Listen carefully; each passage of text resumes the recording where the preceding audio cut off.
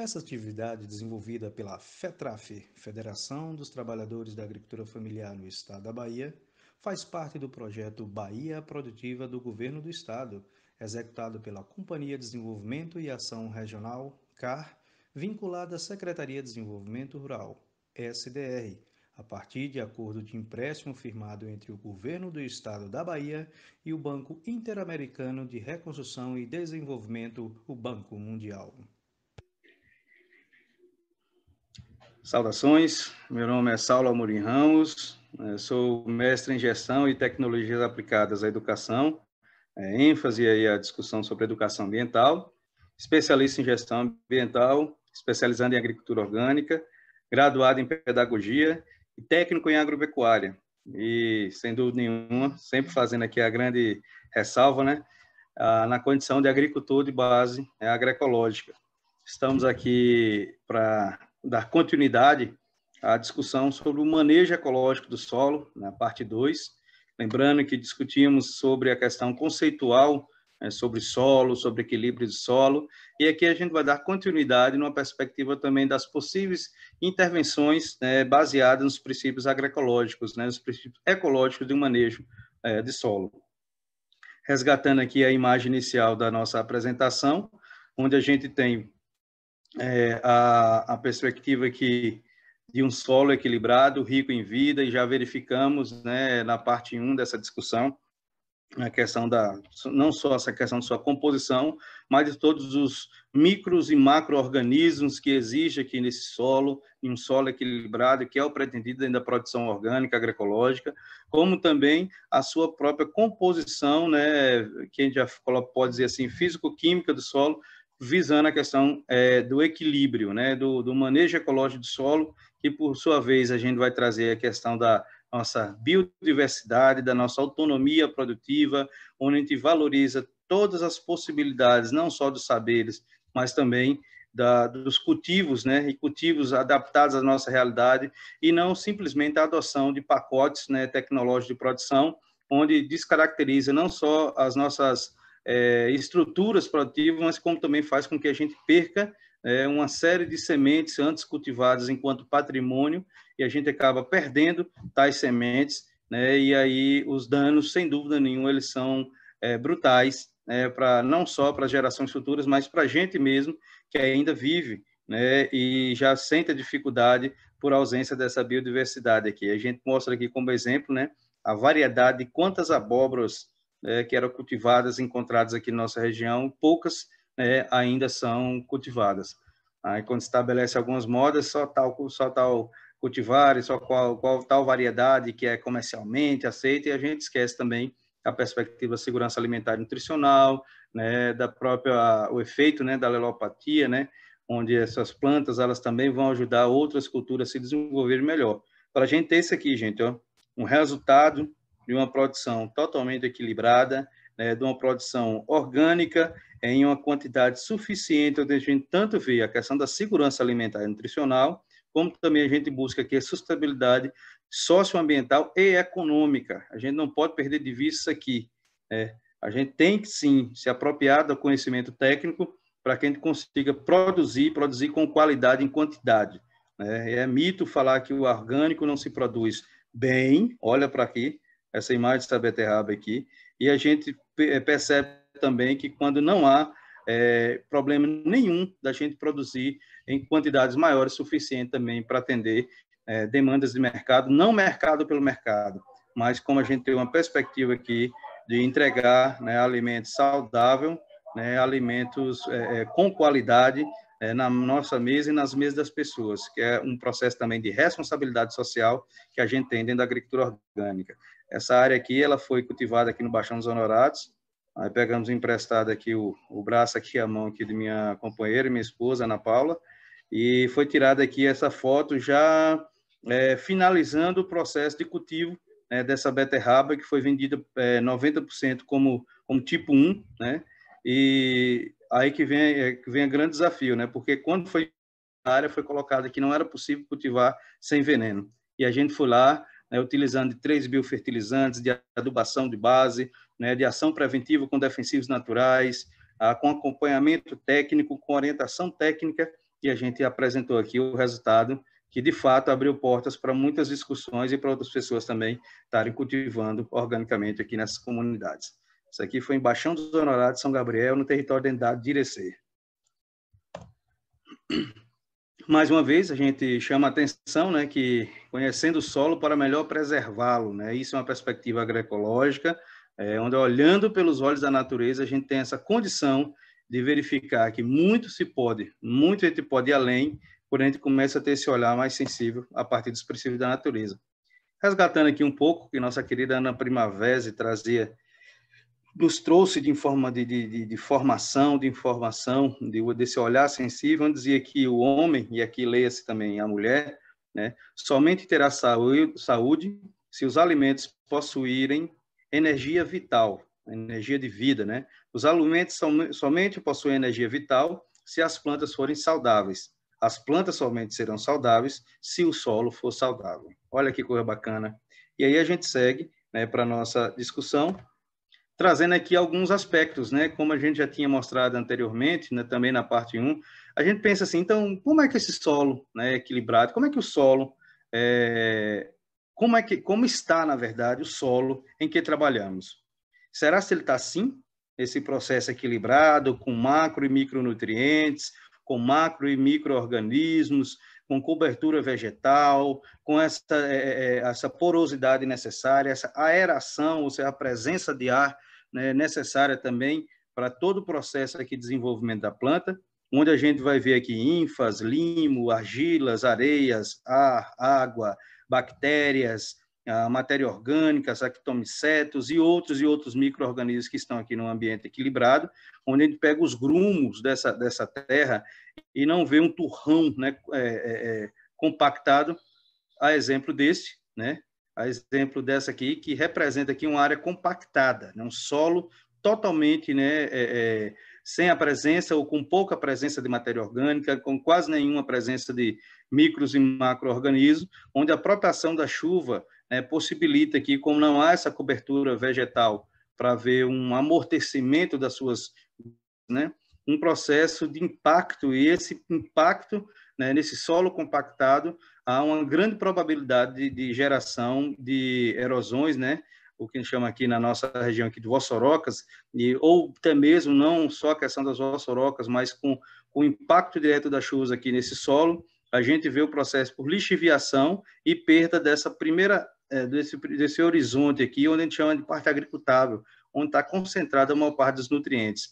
E aí a gente resgata aquela informação que até trouxe aqui naquela reflexão, né, na parte 1, onde, por exemplo, as pessoas se questionam, mas por que nos altos, né, se produz menos do que nas baixas? Então, quando há uma área compactada, sem cobertura vegetal, a grande probabilidade dessa chuva carrear, né, por lixiviação, trazer toda essa matéria, esse solo fértil, esse solo agricultável, para as áreas mais baixas do terreno.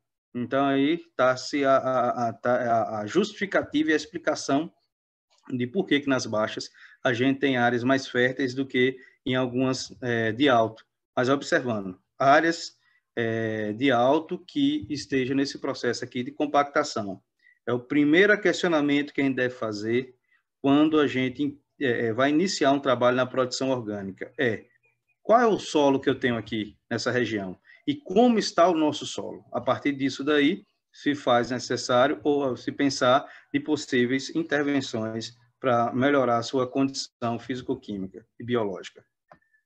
Aí a gente traz aqui a perspectiva de Francis, né, quando Chaboissin, que traz aqui a questão da teoria da trofobiose, né, onde é a mesma discussão. Então, se eu tenho aqui, uma planta equilibrada, traz aqui 2 bons exemplos, né? Eu tenho aqui proteínas complexas, aí só para explicar um pouco isso, né? Os insetos, né? As pragas de maneira geral, assim, tem o seu sistema digestivo, para melhor explicar de maneira bem superficial aqui, é o sistema digestivo que só consegue fazer, né, logicamente, o processo de digestão de substâncias ou de elementos simples, né? E quando eu tenho aqui Uma planta equilibrada, os aminoácidos, né, já se tornam aqui proteínas complexas, né, ou seja, maiores, que o inseto já vai ter dificuldade de fazer esse processo de digestão. E a gente vai ter, sem dúvida nenhuma, né, insetos e pragas, fungos causadores de doenças, têm dificuldade para se alimentar de proteínas complexas, pois não conseguem digeri-las. Olha que interessante. Ao tempo que, se a gente tem aqui uma planta doente, através, logicamente, de um solo desequilibrado, a gente tem aqui aminoácidos solúveis, né, açúcares disponíveis na seiva da planta, mas basta um desequilíbrio, né, na planta para os aminoácidos ficarem disponíveis para o ataque de pragas e doenças. Olha que coisa interessante. Então, a gente vê que nessa ideia de solo equilibrado, a gente terá sempre uma planta equilibrada, uma planta saudável, que, por sua vez, vai dar condição de menos ataque de pragas e doenças. Aí a gente reforça esse exemplo aqui com essa outra perspectiva, né, como se fosse um caminhão, e esse caminhão aqui ele representa aqui a planta, né, onde ela está justamente aqui em uma estrada, né, bem alinhada, uma estrada sem buracos, uma estrada sem desnível, uma estrada aqui asfaltada, vamos dizer assim, né? A seiva transporta essa proteína e aminoácidos, açúcares e nitratos para os pontos de crescimento da planta. Tudo organizado, sem impacto nenhum, sem desperdício nenhum, né? E aí a gente traz aqui como se essa seiva, que é o caminhão, transporta a nossa planta aqui, porém, o uso de agrotóxicos, a adubação desequilibrada e a falta de boas condições para a planta atrapalham esse mecanismo. E aí o que a gente vê é isso aqui, gente, ó, é como se tivesse a planta em um solo desequilibrado, ou como se fosse aqui o nosso caminhão, né, em uma estrada esburacada, né, uma estrada sem condições nenhuma de trânsito. E o que acontece, né? Essa mercadoria que estaria aqui toda organizada, né, que são, no nosso caso aqui, as proteínas, os nitratos, os açúcares, né, a gente teria aqui essa perda dessa carga, né? Aí, quando isso acontece, que é no caso aqui da gente entrar em uma estrada desequilibrada, um solo desequilibrado, né, a seiva fica carregada de aminoácidos livres, açúcares e nitratos. Esses são os alimentos preferidos de fungos, bactérias, ácaros, nematóides e insetos. Então, ao invés de o que é feito na agricultura convencional, ao invés da gente tentar fazer o processo de nutrição da planta, né, a gente faz, dentro da agricultura orgânica, agricultura agroecológica, o equilíbrio do solo, porque tendo esse solo equilibrado, terá todas as condições de um bom desenvolvimento da planta. E aí traz aqui, desde na década de 1960, já essa concepção, ó, que todo o processo vital está na dependência da satisfação das necessidades dos organismos vivos, sejam eles vegetais ou animais, ou seja, a planta, ou mais precisamente o órgão vegetal, será atacado somente quando o seu estado bioquímico, determinado pela natureza e pelo teor de substâncias nutritivas solúveis, aos açúcares, os aminoácidos, corresponder às exigências tróficas, ou seja, de alimentação da praga ou do patógeno em questão. Traz aqui de maneira mais técnica, mais científica, o que a gente coloca aqui. Se há uma disponibilidade desses aminoácidos, desses açúcares livres aqui, disponíveis, haverá um ataque maior. Mas quando a gente tem aqui uma planta equilibrada, uma planta bem estruturada a partir do solo também equilibrado, a gente tem, sem dúvida nenhuma, uma resistência ao ataque de pragas e doenças. E assim muitas vezes, a gente deixa de observar vários sinais que são emitidos, né, pela própria natureza, né, a exemplo das plantas indicadoras, né, que nos traz uma série de informações. Quando a gente vai olhar para o nosso solo, quando a gente vai olhar para a nossa área, é interessante observar o que é que está ali presente. Nada está à toa, nada está desconexo, não há por acaso dentro da natureza. Muita gente gosta de falar que há providências, né? Aqui para a gente, mais à frente, eu vou falar dele aqui, a gente tem o carrapicho, né? Que em solos degradados, solos que foram mecanizados constantemente, aqui no território dentro da Irecê, né? E há em outros territórios também, mas solos que foram com uma mecanização agrícola intensiva, ocorre que, com o passar do tempo, ele vai se compactar. Quando se vai se compactar, consequentemente, surge aqui para a gente o carrapicho, o tão famigerado carrapicho, né, que é um indicador de solo compactado. Contudo, já tanto por uma questão empírica aqui de observação, né, e também de questão científica, já constatado isso, ele tem uma função, ele chega naquele solo para fazer o processo de descompactação. É tanto que nas rodas de conversa, quando a gente menciona o aparecimento de carrapicho, vem logo um ou uma e já orienta. Mas, se deixar a terra passar 2, 3, 4, 5 anos, o carrapicho desaparece. Ou seja, a planta ela faz sua função também. Então, não há nada desconecto aqui na natureza, né? A gente tem aqui, por exemplo, como planta indicadora, o amendoim bravo, né, ou leiteira, que apresenta aqui, ou indica desequilíbrio de nitrogênio e macronutrientes, né? Sobretudo molibdênio, né, e o cobre, tá certo?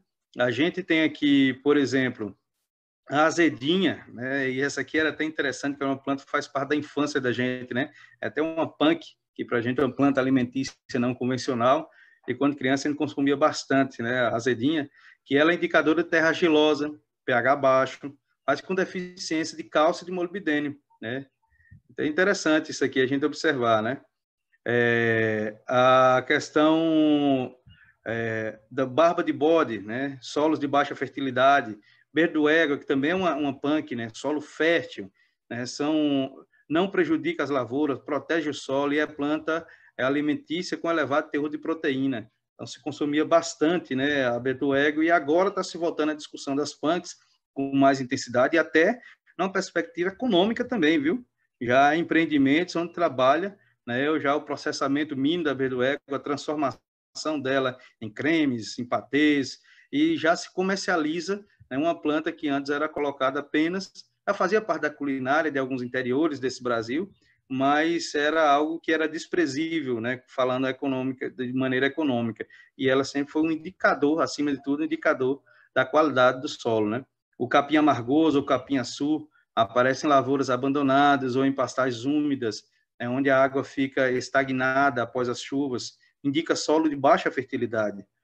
O capim-canino, solo temporariamente encharcado, periodicamente queimados e com deficiência de fósforo, né? Olha o bendito aqui, ó, capim-carrapicho, indica solos muito decaídos, erodidos e compactados. Desaparece com a recuperação do solo, promovido pelo próprio carrapicho, viu? Vale a pena dar uma estudada, dar uma aprofundada aqui sobre o papel das plantas indicadoras no solo, viu? O capim-rabo de burro, né, típicos de terras abandonadas e gastas, indica solos ácidos com baixo teor de cálcio, impermeável, né, entre 60 a 120 centímetros de profundidade. Olha que isso aqui indica assim, um solo que provavelmente, com grande probabilidade de erosões severas, né? Outra variedade de carrapicho que a gente tem aqui, o capim amargoso ou carrapicho, solo empobrecido e muito duro, com também deficiência de cálcio, carqueja, pobreza no solo, compactação superficial, prefere solo com água estagnada na estação chuvosa. O carrapicho de carneiro, esse daqui é danadinho, quando pega na roupa assim, fica durante muito tempo, até porque é diferenciado também em seus espinhos, deficiência de cálcio. A cavalinha, indica solo com nível de acidez de médio a elevada condição. A dente de leão indica solo fértil, e aí é um bom indicador, né? O dente de leão era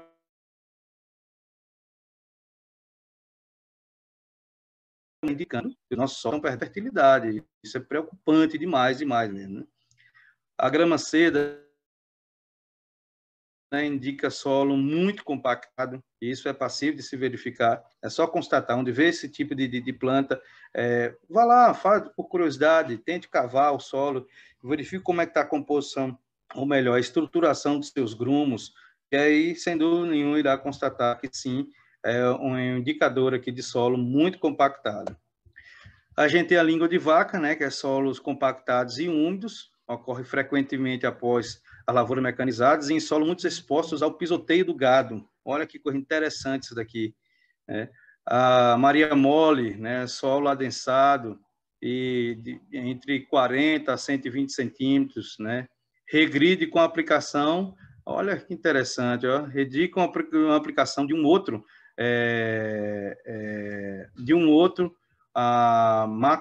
macronutriente, no caso potássio aqui, em áreas subsoladas. Olha que interessante. Que não adianta só fazer o processo de subsolação. Quando você entra com a subsolação, há uma orientação que também a gente faça o processo de incorporação de matéria orgânica, porque senão você só vai aprofundar mais ainda aquela condição que já era encontrada superficialmente. Então, não é só usar a mecanização, no caso aqui, a subsolação, mas também fazer suas intervenções complementares, né? O picão preto, né? Solo com excesso de nitrogênio e deficiência de micronutrientes, principalmente do cobre. A gente tem aqui a samambaia, alto teor de alumínio, olha, e alto teor de alumínio no solo, isso aqui também pode ser tóxico, viu? O alumínio em excesso ele vai ser tóxico dentro do ambiente. Presença reduz com a calagem, né? A aplicação de produto à base de cálcio, né? As calagens podem ser utilizadas com calcário, enfim. E aqui não é muito uma realidade aqui do nosso semiárido, mas a gente já encontra em regiões mais adensadas, com solos mais ácidos, a utilização aqui de calagem, né? As queimadas fazem voltar o alumínio ao solo e proporcionam em retorno vigoroso da samambaia. Então, a gente observa aqui que a questão das queimadas, elas, de fato, elas não são benéficas, porque cria-se até a ilusão que no primeiro ano de um roçado, quando ele é feito, ele produz bem. Mas, se observar, nos anos seguintes, vai diminuindo sua produtividade. E o primeiro ano se dá muito ao que a gente tem na cinza, né?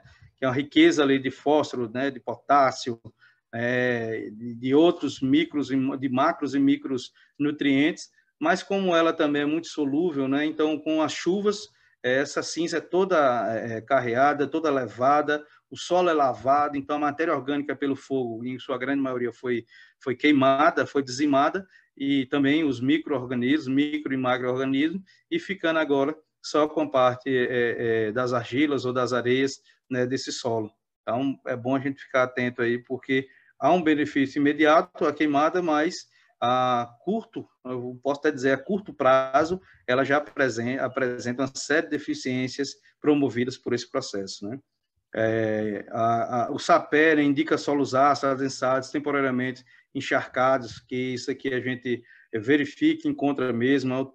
Trançagem, inclusive, é uma planta medicinal, né?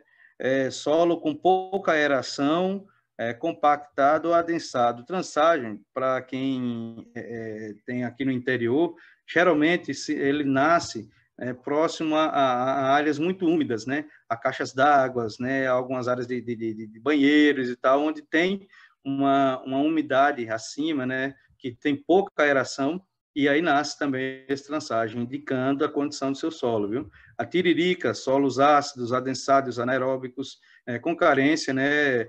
De micronutrientes, e a gente tem que verificar a sua presença, ela sim vai ser indicativa, como é o caso da urtiga, né, com excesso de nitrogênio, matéria orgânica, onde ela aparece com deficiência de cobre. Tá certo, gente? Aqui foi um material, né, adaptado aqui de Pedini, né, 2000, nos anos 2000 foi feita essa publicação, onde traz informações maravilhosas aqui sobre plantas indicadoras de solo. E aí a gente vem, Pampedic, né, em 1996, diz que cada aração no solo, especialmente do tropical, do nosso solo tropical, induzindo a decomposição explosiva da matéria orgânica, provoca 2 horas mais tarde uma nuvem de gás carbônico sobre o campo. Esse se eleva e que tanto contribui para o efeito estufa como a combustão de derivados de petróleo em automóveis. É um dado fascinante, né? Então, assim, em um solo como esse que a gente verifica aqui, ó, a gente vê que era um solo com cobertura vegetal, que, por sua vez, possui matéria orgânica, né, até porque conhecemos também essa área, e ao tempo da aração, do processo do arado, como se conhece também como tombar a terra, né, a gente verifica essa constatação do que ele chama de explosão da matéria orgânica, fazendo com que se eleve gás carbônico, justamente pelo processo também de decomposição dessa matéria orgânica. Então, assim, nem tanto e nem tão pouco, tudo na justa medida. A gente não criminaliza, não exclui o uso da mecanização, mas a gente tem que ter um nível de racionalidade e de técnica para que ela seja utilizada. Há diversos momentos que ela é totalmente dispensável, mas como já é um aspecto cultural de falar que sem aração ela não funciona, então a gente precisa rever, né, esses nossos conceitos e verificar qual é a condição da nossa terra, tá certo? Muitas vezes o uso de um escarificador, que também é um implemento, né, agrícola, poderia estar fazendo muito mais efeito do que pura e simplesmente, né, o arado. E, inclusive, a própria profundidade que se é regulado o arado também vai influenciar nesse processo de compactação do solo. Eu não tenho uma necessidade exata de ter, isso é cada caso, é um caso. Muitas vezes não tem a necessidade de uma aração muito profunda, e assim se faz só pelo que eu acho que é melhor. Então, é questão de técnica. E a gente resgata o que a gente falou na parte 1, né, da nossa apresentação. Produzir organicamente, de maneira agroecológica, não é só botar esterco no pé da planta. Tem técnica e tem ciência. E ciência que muitas vezes e não é só muitas vezes, que vem respaldar os saberes, né, tradicionais, saberes culturais que eram ser aplicados e, em virtude dessa agricultura moderna, se foi esquecido. Então, se a gente segue e faz o resgate também desses cuidados, desse zelo que havia com o nosso solo, a gente tem condições, sim, por que não, de potencializar a nossa produção, ter equilíbrio ambiental e desenvolvimento socioeconômico, sem dúvida nenhuma. E aí, só para reforçar, né, as queimadas, e vivemos momentos difíceis, né, no Brasil, em especial, né, e aí, assim, a gente antes poderia falar em especial, né, na região centro-oeste do Brasil, mas já totalmente disseminado, nosso bioma caatinga, o Cerrado vive isso anualmente, né, a Amazônia, e a caatinga cada vez mais sendo explorada com esse artifício, né, do fogo, e que por vezes também não é um fogo acidental, é um fogo intencional, mas a gente verifica que o fogo queima a matéria orgânica, os nutrientes e micro-organismos da terra, deixando compactada. Os solos manejados dessa forma produzem 80% menos do que em áreas não queimadas, e somente serve para as primeiras safras. Depois, a terra torna-se improdutiva ou inviável, economicamente falando aqui, né? É, portanto, necessário mudar as práticas agrícolas e ajudar o solo a manter a sua fertilidade, que mesmo no semiárido, nosso caso, pode melhorar com o manejo adequado. Sem dúvida nenhuma. Inclusive porque temos bons solos maravilhosos, né? Tanto sua composição físico-química do solo, a exemplo do território da unidade de Irecê, considerado um solo riquíssimo e extremamente fértil. Falta a gente intensificar o uso de práticas sustentáveis. Esse aqui é o danoso agrotóxico, e quando a gente fala de agrotóxico, a gente deve frisar cada vez mais. Agrotóxico mata, não é brincadeira. Eu acho que algo que vem com um símbolo, né, um símbolo que indica cuidado, perigo de morte, quando um fabricante vem colocar isso aqui é porque tem plena consciência que isso aqui mata. E a gente muitas vezes cai no discurso de remédio para planta, não é agrotóxico, é defensivo, não é agrotóxico mesmo, né? Ele é tóxico, ele mata, né? Severamente, por gerações aqui, pode afetar, sem dúvida nenhuma, né, a nossa condição de produção no campo. Primeiro de falar dos problemas agudos de intoxicação, mas não é só a intoxicação aguda o maior problema dos agrotóxicos, é também o seu efeito residual, não só para quem cultiva e vai usando, e aquilo vai impregnando na pele, vai sendo absorvido pela pele, como também para quem consome, né? E nesse processo de consumir, esses resíduos, né, esses venenos irão se acumulando no nosso organismo e, por vez, até se manifestar. Infelizmente, quando se manifesta, nem sempre, né, há condições de reversão. Então, é algo que a gente precisa se preocupar, sim. A gente precisa entender que é algo perigoso, danoso e que precisa fazer parte constantemente das nossas discussões, né? Temos alternativas, viu? Temos, sim, alternativas. Simples, alternativas, acima de tudo, eficazes para substituir, ou melhor, para não utilizar os agrotóxicos nos nossos cultivos. Isso daí A ciência já comprova, nossos conhecimentos tradicionais, saberes tradicionais também já comprovam isso, que a gente tem alternativa para produzir sem veneno. Vamos derrubar, sim, esse mito. O orgânico é possível, com qualidade e em quantidade. Não tenho dúvida disso. E a gente sair, né, desses argumentos, né, que eram utilizados, por exemplo, aqui em 85, né, onde dizia que o defensivo uma ajuda no combate à fome. A imagem por si só já diz, né? E fala assim, como os adubos químicos, os agrotóxicos também destroem a vida do solo, prejudicando a disponibilidade de nutrientes para a planta. Esses produtos matam minhocas, besouros e outros pequenos organismos altamente benéficos para a agricultura. Então, isso aqui é um discurso que não cabe mais, né? A produção orgânica nos traz segurança alimentar e nutricional. A gente tem alimentos funcionais, e alimentos funcionais são aqueles que, além da parte de nutrir, a parte de alimentar, de matar a fome, mas também faz o processo de cura ou processo de prevenção às doenças. Mas com o uso de agrotóxico, isso aqui não é possível. A gente até gosta de falar, né? Não basta só boa vontade. A gente tem que saber o que é que está fazendo, a gente tem que saber o que a gente está consumindo. E aí a gente vem aqui para a possibilidade das práticas, né, sustentáveis. Quando a gente fala, né, primeiro, biodiversidade. Ponto. Isso aí não tem o que questionar. É que todo mundo vai fazer SAF? Não exatamente. Mas a condição de diversificar as culturas, principalmente nós, da agricultura familiar, é uma estratégia também de autonomia alimentar, autonomia econômica, e a gente tem um processo de produção, um processo de consumo também desses produtos durante todo o ano. E no sistema, né, sistema agroflorestal, por exemplo, ou no sistema de policultivo, a gente tem uma diversidade, não só das dimensões de parte aérea, de raiz, mas também uma diversidade quanto à questão da própria produção. E partindo da perspectiva da alelopatia, a gente vê que essas plantas também, elas se auxiliam em seu desenvolvimento, né, se protegem em seu desenvolvimento. E diz aqui, por exemplo, né, que a manutenção de grande diversidade de plantas em uma mesma área, é uma estratégia da natureza para contribuir, construir maiores níveis de estabilidade na produção biológica. Um dos mecanismos naturais que asseguram a diversidade biológica do ecossistemas é a secreção de substâncias tóxicas por determinadas espécies de plantas. Isso aqui vale aqui um detalhe bem interessante. Ó.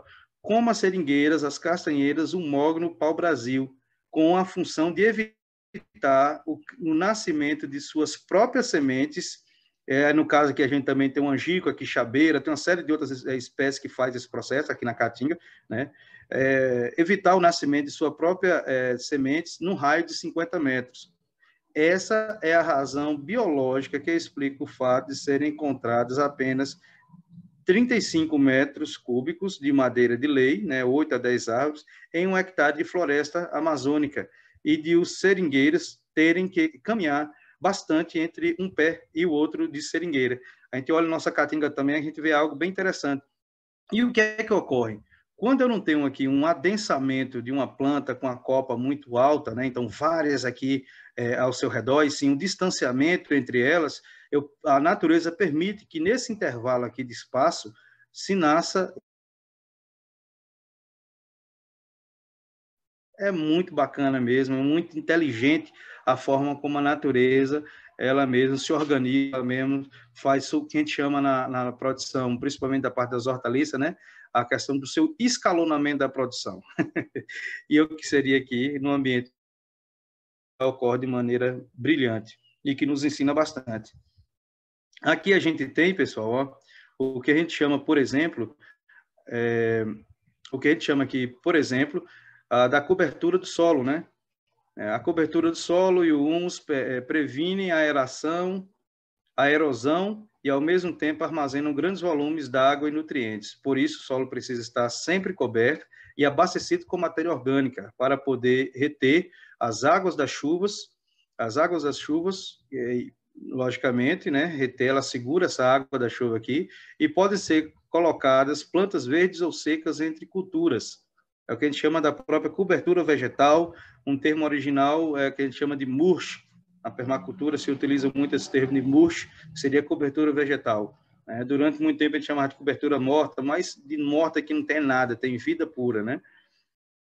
Em hortas pode ser usada cascas de arroz, sabugos, né, palhas de milho, capim seco, serragem e outros materiais disponíveis de origem vegetal ou animal depois de curtidos. E lembrar que quando a gente fala de serragem, fica atento, viu? Eu não posso pegar qualquer pó de serra para fazer isso. Eu tenho que verificar quais são aqueles, qual é a origem dessa madeira. Por exemplo, se eu estou trabalhando com a madeira tratada e eu coloco no meu canteiro, eu estou colocando uma carga imensa de veneno, né? Porque para tratamento da madeira é utilizado produtos químicos, sintéticos, pesadíssimos, no sentido da sua toxicidade, né? Aqui está um bom exemplo, né? De consociação, de cobertura vegetal. Dificilmente aqui as chuvas vai bater nessa área aqui, nessa imagem, e vai, nessa imagem não, nesse cultivo, e vai entrar em contato direto com o solo, né? Há um amortecimento das suas gotículas, e aqui a gente consegue ter um bom desenvolvimento pleno de todas as plantas aqui presentes, né? Até aqui mesmo vale salientar, a gente tem aqui uma perspectiva aqui do que os índios traziam como a ideia das três irmãs, né? Que era o milho, né? O feijão, que utilizava da estrutura do milho para se desenvolver e, ao mesmo tempo, dava nitrogênio para ele mesmo estar podendo fazer o seu desenvolvimento, e a abóbora, que fazia toda a cobertura do solo, né? As abóboras faziam toda a cobertura do solo. Então, mais uma vez, a sabedoria milenar, ela vem nos ensinar nos dias de hoje, né? E aí, gente, vale aqui a gente trazer aqui mais uma de Ana Primavera, né? Quando traz aqui que o solo influencia, sim, na seca. E aí foi pensado o seguinte, pensado não, foi constatado, né? Seca é a má distribuição das chuvas. Isso todo mundo já sabe, isso a gente já avançou, né? Não existe combate à seca, e sim convivência, né, com o semiárido, né? É falta de água. Mas não é somente isso.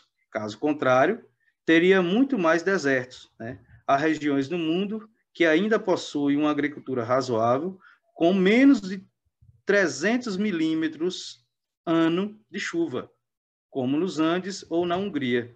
E existe ainda outras regiões que constam com 2.400 milímetros ano de chuva, e mesmo assim são desertos, como a região do Kalahari, na África do Sul, né? O que influencia em muito é o vento. O vento leva a umidade até 750 milímetros ano. E quanto mais compactado o solo for, tanto mais rápido ela seca. Porque pelo aquecimento de sua superfície, o vapor da água do subsolo rompe a capilaridade restos até a superfície, onde sai. O vento não poderia levar, se não fosse em estado de vapor por cima da superfície do solo. Se o solo é um agregado, o caminho da água do subsolo é muito sinuoso. É difícil chegar à superfície. E esta não aquece tanto quanto num solo compactado. A perda de água é muito menor. E se o solo ainda tiver alguma cobertura, seja uma camada de palha ou mesmo uma vegetação, a superfície do solo permanece mais fresca, enquanto o solo ensolarado já pode ter passado de 56 graus ou mais. O solo coberto ainda está em 21 a 23 graus. É a grande diferença, a gente faz o exemplo nas nossas práticas, né, solicitando que as pessoas ponham a mão, né, numa área que está todo dia ali descoberta, sem cobertura vegetal, e aquelas que estão com cobertura vegetal, e é nítido a constatação da diferença de temperatura, né? Isso daqui é algo fantástico, interessante mesmo de verificar isso. Mas o grande lance, né, é a gente entender a condição que o vento, né, tem sobre nossa influência. Então, a gente trabalhar com a questão das barreiras vegetais para diminuir a incidência de vento da nossa área, trabalhar com a questão da cobertura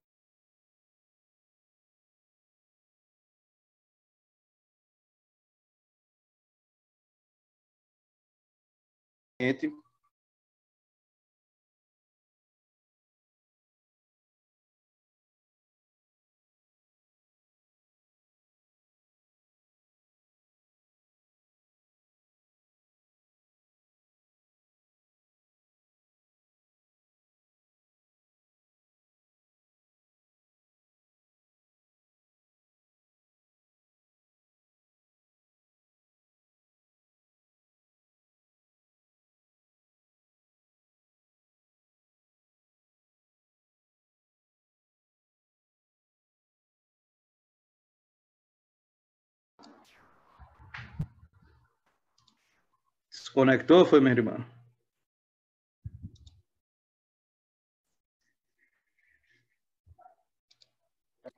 Oi, Saulo. Conectou aí, que foi? Não, eu fui desligar a internet aqui. Eu fui desligar uns aparelhos que estavam ligados para melhorar a internet. Porque eu não sei se foi aqui ou Ah, foi aí. Mas né, tá aqui tudo não tinha, certo. não teve queda ainda, não. Aí eu fui Pode desligar continuar, correndo. né? Pode, sim, pode. Pronto. Aqui a gente já tá encerrando, viu? Pronto. Não tem problema não. Aula de 10, a menina pediu para marcar para 2. Pronto, pronto. Então vamos aqui. Gravando, viu? Pronto. Outra prática é o processo de descompactação, né, desse solo, onde a gente pode utilizar de máquinas que podem romper lajes e até pulverizá-las, mas nunca consegue agregar o solo, tornando grumoso, permeável e arejado. Esse é um processo biológico, como a gente já disse. Matéria orgânica é o alimento da vida no solo. Somente a vida aeróbica o agrega, tornando permeável a água e ar, mas também nutre os anaeróbicos, que mobilizam nutrientes. É como a gente diz, o subsolador ele é muito importante em áreas compactadas, mas a gente tem que fazer aqui a incorporação da matéria orgânica para que a gente tenha aqui um solo aerado, né, um solo poroso e com total condição de desenvolvimento aqui das plantas. Uma outra possibilidade de uso aqui é a questão da prática de curva e nível, né? Ou curva de nível, como a gente, que aqui a gente pode estar verificando nas imagens aqui à esquerda, que nada mais é, gente, do que fazer o cultivo, né? Ou fazer as barreiras, né? De diminuição da velocidade dessa água em solos declinados, seguindo o nível do solo. Um bom exemplo que a gente verifica, o gado, os animais, cabra, bode, ovelha, costumam, quando a gente olha para áreas bem declinadas, eles não andam ladeira abaixo, né? Eles sempre andam, né, cortando o terreno, né, como se fosse na horizontal. Então, a gente verifica ali um próprio desenho do nível daquele terreno. E aí a gente tem como práticas que facilitam a própria confecção das curvas de nível. Aqui eu tenho um instrumento que chama pé de galinha, que aqui vale a pena a gente estudar um pouquinho sobre isso, como é que faz o uso, mas que a gente acaba descobrindo o nível do solo, né, e acaba fazendo o desenho perfeito dessas barreiras aqui, ó. E aqui também a gente utiliza a mesma possibilidade de fazer a curva de nível utilizando de uma mangueira de nível, uma mangueira de nível de pedreiro, e a gente faz também esse processo em áreas maiores, né? Então, é fantástico aqui esse trabalho. Sem dúvida nenhuma, a gente recomenda estudar um pouquinho mais sobre curva de nível com o uso de pé de galinha e com a mangueira de nível, né? E a gente diz que nas áreas com leves e acentuados declives, se planta em terraços ou curvas de nível para reduzir a velocidade de escoamento e segurar a água, prevenindo que o solo seja levado pelas chuvas. Ou a parte mais alta, ou a baixada, como a gente vinha falando, a parte mais alta, a baixada, né? As curvas de nível, os terraços, são métodos mecânicos de controle, onde se deve utilizar drenos de retorno, além de muros de retenção ou barreiras com materiais disponíveis que se constrói ao largo das curvas em nível, né? E a gente planta capim, a gente coloca barreiras de pedra, justamente para a gente fazer a diminuição da velocidade, a infiltração dessa água e a gente ter aqui um terreno com maior aproveitamento das águas das chuvas. A gente tem aqui como possibilidade ainda, gente, de práticas, né, ecologicamente corretas, né, que trazendo a perspectiva que a diversidade das culturas, como já falamos, é essencial para o manejo ecológico do solo e existem várias maneiras para preservar e aumentar as espécies, ficando o sistemas agroflorestal no topo da forma de manejo. Isso seria, assim, o ápice, o ideal, como essa foto aqui, ó, onde a gente tem a parte de cítricos, tem bananas, tem os feijões, lá ao fundo tem milho, nas outras camadas, nas outras linhas, que vai alternando os tipos de culturas trabalhadas, e todos em perfeita harmonia aqui, condição de desenvolvimento. Mas a gente também tem como possibilidade a rotação de cultura, né, que consiste em alternar espécies vegetais no decorrer do tempo numa mesma área agrícola. O planejamento de rotação deve considerar, além de espécies comerciais, aquelas para a cobertura do solo, que produzem grandes quantidades de biomassa, cultivadas solteiras ou em consórcio com culturas comerciais. Essa prática favorece a produtividade das lavouras pela interrupção do ciclo de pragas, doenças e plantas e assegura a manutenção do balanço e reciclagem dos nutrientes. Como também, né, nesse processo aqui de diversificação das áreas, a gente olha aqui, ó, plantas aromáticas, ó, o cravo defunto, que faz o controle aqui de nematóides. A gente tem aqui o couve, a gente tem aqui a arruda, que é uma planta atraente, então o pulgão que iria para o couve vai para a arruda, e a gente tem aqui uma área totalmente diversificada e com condição total de produção, além da parte de segurança alimentar, mas uma produção voltada para a questão comercial, econômica, que é muito importante a gente frisar também sobre isso. Os consórcios, né, milho com feijão, é o consórcio mais conhecido e praticado, né, mas a fixação de nitrogênio no solo ainda é pequena. Por isso, o ideal é organizar na área um arranjo de culturas mais diversas, que também garante uma alimentação melhor para a família e aumenta a venda. Pode ser consorciada, além de milho e feijão, gergelim, algodão, jerimum, arroz, adubos verdes e outras espécies. É a gente estudar um pouquinho, ver quais são as plantas companheiras, ver quais são as plantas antagônicas e fazer nosso planejamento de consórcio, ok? Porque justamente, segundo, né, Bolisky, né, traz aqui que a alelopatia é uma capacidade de as plantas superiores ou inferiores produzirem substâncias químicas que liberam no ambiente de outras, influenciam de forma favorável ou desfavorável o seu desenvolvimento. Plantas companheiras e plantas antagônicas. Com isso, a gente tem aqui essa compreensão do que é o efeito, o que é a alelopatia, a gente vai ter condições de estar fazendo um excelente processo de consórcio, ok? Como, por exemplo, entrar aqui alguns dos exemplos, né? A abóbora, ela se dá muito bem com feijão, né? Com manjericão, mas, por exemplo, ela não se dá bem com a batata e outros tubérculos, né? O alface se dá muito bem com aipo, com cebola, com cenoura, com couve, com feijão, com morango, pepino, rabanete, tomate, tá certo? Até então não se constata nenhum problema com relação a ela. Se a gente vê aqui o coentro, né?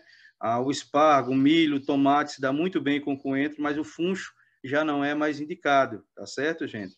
A gente tem, por exemplo, aqui, se a gente for trabalhar com pepino, né, a gente tem um bom funcionamento aqui, plantas companheiras do pepino, o aipo, a alface, a beterraba, a cebola, ervilha, feijões, milho, mas, por sua vez, né, não tem uma boa relação com as batatas, né, o rabano e o rabanete. Então, cabe aqui a gente pensar o que é possível ser feito e o que não é possível ser feito.